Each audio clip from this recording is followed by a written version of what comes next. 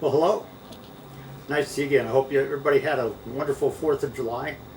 This short video clip for today deals with a very important aspect of leadership in almost any kind of environment, particularly one that's rapidly changing.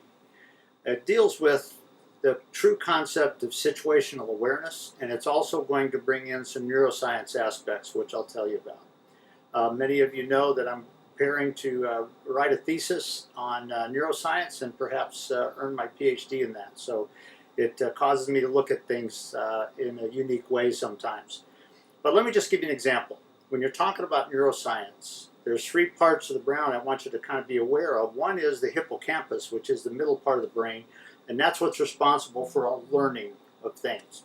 And what that does is it typically generates habit patterns in our brain. And the habit patterns go back to the back of your brain, the area called the cerebellum. And that's what you're used to. That's what you expect. That's your habit patterns. The frontal part of the brain, the frontal lobe, is the one that has to assess, decide, and choose. And those come into play in unique ways. And it really comes into play when you're talking about situational awareness. First of all, let me give you one example of what I'm talking about. In my efforts of evaluating a jet pilot a few weeks ago. It was very interesting because in the Learjet, the older autopilot has a function where it very often goes into a recompute mode.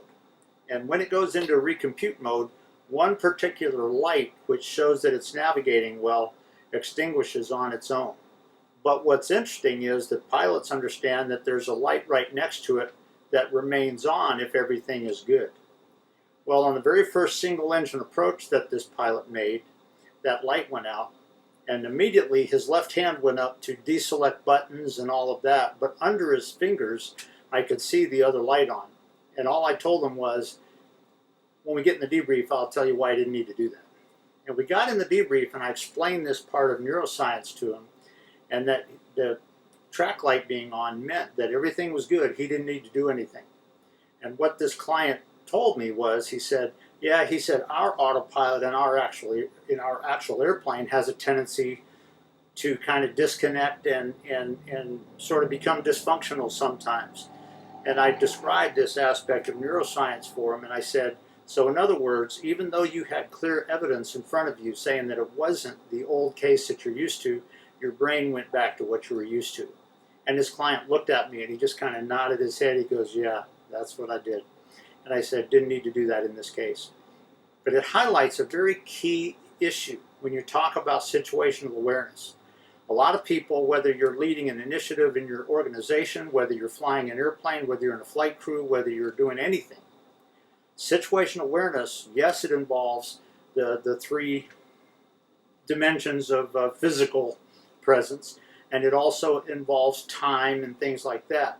But another key aspect about true situational awareness is, what is my brain doing? Is my brain helping, or is it getting in the way? Is my habit pattern focus getting in the way of me seeing evidence that shows it's something different? If we're not aware of that, what can very often happen is we can spend a lot of time creating problems for ourselves, or we can spend a lot of time fixing a problem that doesn't exist, and it can hurt us. So let me just leave that with you this week. As you think about your situations at work that you find yourself in, are there times when your brain's really helping? Are there times you're making assumptions when you don't need to be? And I simply throw that out for you this week for something to consider. Going forward for this week, look around your organization. What do you see? How are some things that you may need to be more aware of your brain and how it's getting in the way for good or for bad? So I leave that with you this week.